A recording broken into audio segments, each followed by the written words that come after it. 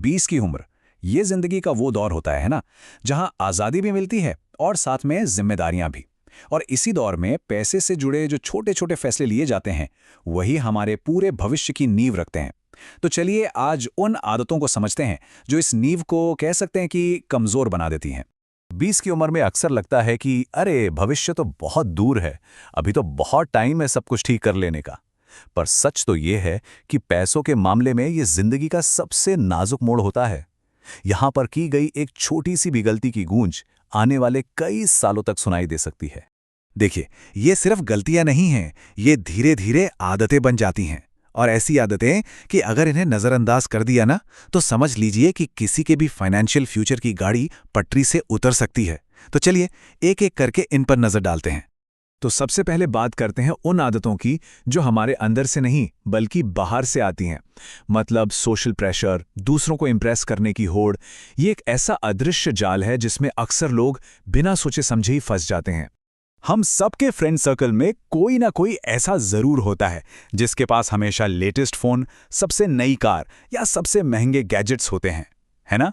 और उन्हें देखकर कहीं ना कहीं एक प्रेशर तो आता ही है कि यार हमें भी ऐसा ही बनना है। लेकिन रुकिए, इस सारी चमक दमक के पीछे ना एक बहुत गहरा राज भी छिपा हो सकता है।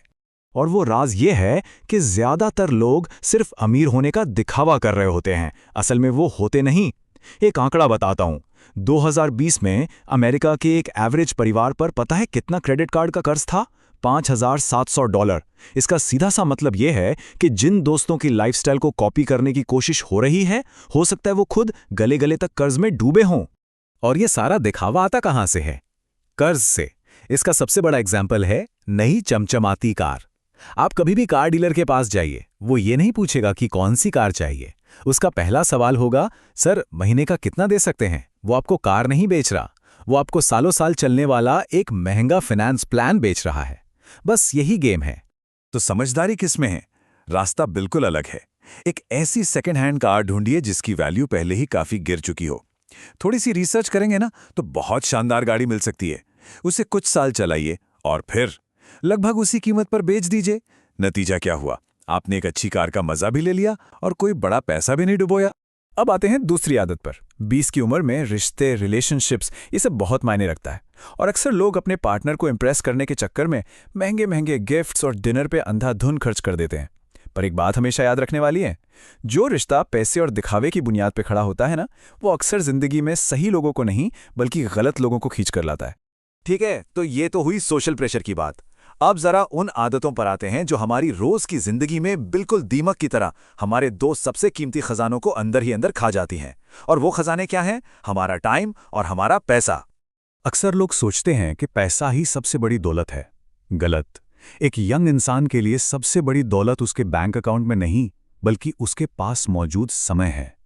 हर वो घंटा जो हम यूं ही बर्बाद कर देते हैं, वो असल में एक मौका होता है कुछ नया सीखने का, कोई नई स्किल डेवलप करने का, या फिर कमाई का कोई नया रास्ता बनाने का। तो समय बर्बाद करना सिर्फ समय बर्बाद करना नहीं है, ये अपनी फ्यूचर की कमाई को बर्बाद करना है। इसकी एक बहुत अच्छी मिसाल है। इस विश्लेषण के जो ऑथर हैं, उन्होंने स्कूल में ज्योग्राफी की बोरिंग क्लास में बैठे बैठे मॉडल प्लेन के डिजाइन बनाना शुरू किया था। सिर्फ एक हॉबी थी। और जानते हैं क्या हुआ? यही हॉबी आगे चलकर एक वर्ल्ड वाइड बिजनेस बन गई। ये इस बात का जीता जागता सबूत है कि खाली समय में बोया गया एक छोटा सा बीज भी कितना बड़ा पेड़ बन सकता है। और अब वो आदत जिसे बचत और निवेश का क्रिप्टोनाइट कहना गलत नहीं होगा। दोस्तों के साथ घूमना फिरना, पार्टी करना जरूरी है, मैं मानता हूं, लेकिन जब ये एक रेगुलर और महंगा शौक बन जाता है ना, तो पूरा बजट हिल जाता है। वो 100-200 रुपए जो हर वीकेंड पर खर्च होते हैं, महीने के आखिर में वो हजारों बन जाते हैं। और ये वो पैसा है जो असल में आपके फ्यूचर के लिए काम कर सकता था। चलिए अब बात करते हैं कुछ सबसे बड़ी और सबसे खतरनाक गलतियों की। इनकी खास बात यह है कि इनका असर तुरंत नहीं दिखता। ये साइलेंट किलर जैसी होती हैं। और जब तक इनका असर दिखना शुरू होता है, तब तक अफसोस काफी देर हो चुकी होती है। जरा यहां देखिए, मान लीजिए हर महीने सिर्फ $100 इन्वेस्ट किए जाते हैं 30 साल तक, 7% के रिटर्न पर। जानते कितना पैसा बनेगा? $1,16,000 से भी ज्यादा। अब मान लीजिए बस 10 साल की देरी कर दी गई, यानी सिर्फ 20 साल तक इन्वेस्ट किया गया। तो अब कितना पैसा बनेगा? सिर्फ $50,000, आधे से भी कम। यही है कंपाउंडिंग की ताकत और यही है देर से शुरू करने की कीमत। एल्बर्ट आइंस्टीन ने इसे यूं ही दुनिया का 8वां अजूबा नहीं कहा था। उन्होंने कहा था कि जो इसे समझता है वो इसे कमाता है, और जो नहीं समझता वो इसे चुकाता है। सीधी सी बात है, जितनी जल्दी निवेश शुरू होगा, पैसे को ग्रो होने के लिए उतना ही ज्यादा टाइम मिलेगा। एक और आंकड़ा देखिए जो सच में चौंकाने वाला है। 60% से ज्यादा मिलेनियल्स, अगर उनके सामने अचानक $1,000 का कोई खर्चा आ जाए तो वो उसे नहीं उठा सकते। सोचिए, ये दिखाता है कि बिना किसी इमरजेंसी फंड की जिंदगी जीना कितना ज्यादा रिस्की है। इस विश्लेषण के लेखक ने यह सबक बहुत ही मुश्किल तरीके से सीखा। जब वो 19 साल के थे तो उन्होंने फाइनेंस पर एक कार ली और बस 1 महीने बाद गाड़ी का इंजन ही बैठ गया। उस एक गलती, उस कार के कर्ज से बाहर निकलने में उन्हें पूरा 1 साल लग गया और ना जाने कितने छोटे मोटे काम करने पड़े। ये कहानी हमें यही सिखाती है कि इमरजेंसी फंड कोई ऑप्शन नहीं है, ये एक ज़रूरत है। एक और आदत, घर से बहुत जल्दी निकल जाना। देखिए, आज़ादी की चाहत, अपनी शर्तों पर जीने की इच्छा, ये बहुत नेचुरल है। लेकिन अगर कोई फाइनेंशियली तैयार नहीं है तो ये फैसला बहुत महंगा पड़ सकता है। सच तो यह है कि पेरेंट्स के साथ रहना पैसे बचाने और अपने फ्यूचर के लिए एक मजबूत बेस तैयार करने का एक गोल्डन चांस होता है। लोग क्या सोचते हैं कि बस किराया ही तो देना है, पर ऐसा नहीं है। घर का मेंटेनेंस, महीने भर का राशन, बिजली पानी के बिल, गाड़ी का खर्चा, आने जाने का खर्चा, ये सब वो छुपे हुए खर्चे हैं जो मिलकर किसी के भी बजट की कमर तोड़ सकते हैं। तो इतनी सारी बातें हो गईं, इतने सारे जाल देख लिए। सवाल यह है कि इन सबसे बचने का रास्ता क्या है? क्या कोई मुश्किल फॉर्मूला है? नहीं, बिल्कुल नहीं। जवाब एक बहुत ही सिंपल और सदियों पुराने उसूल में छुपा है।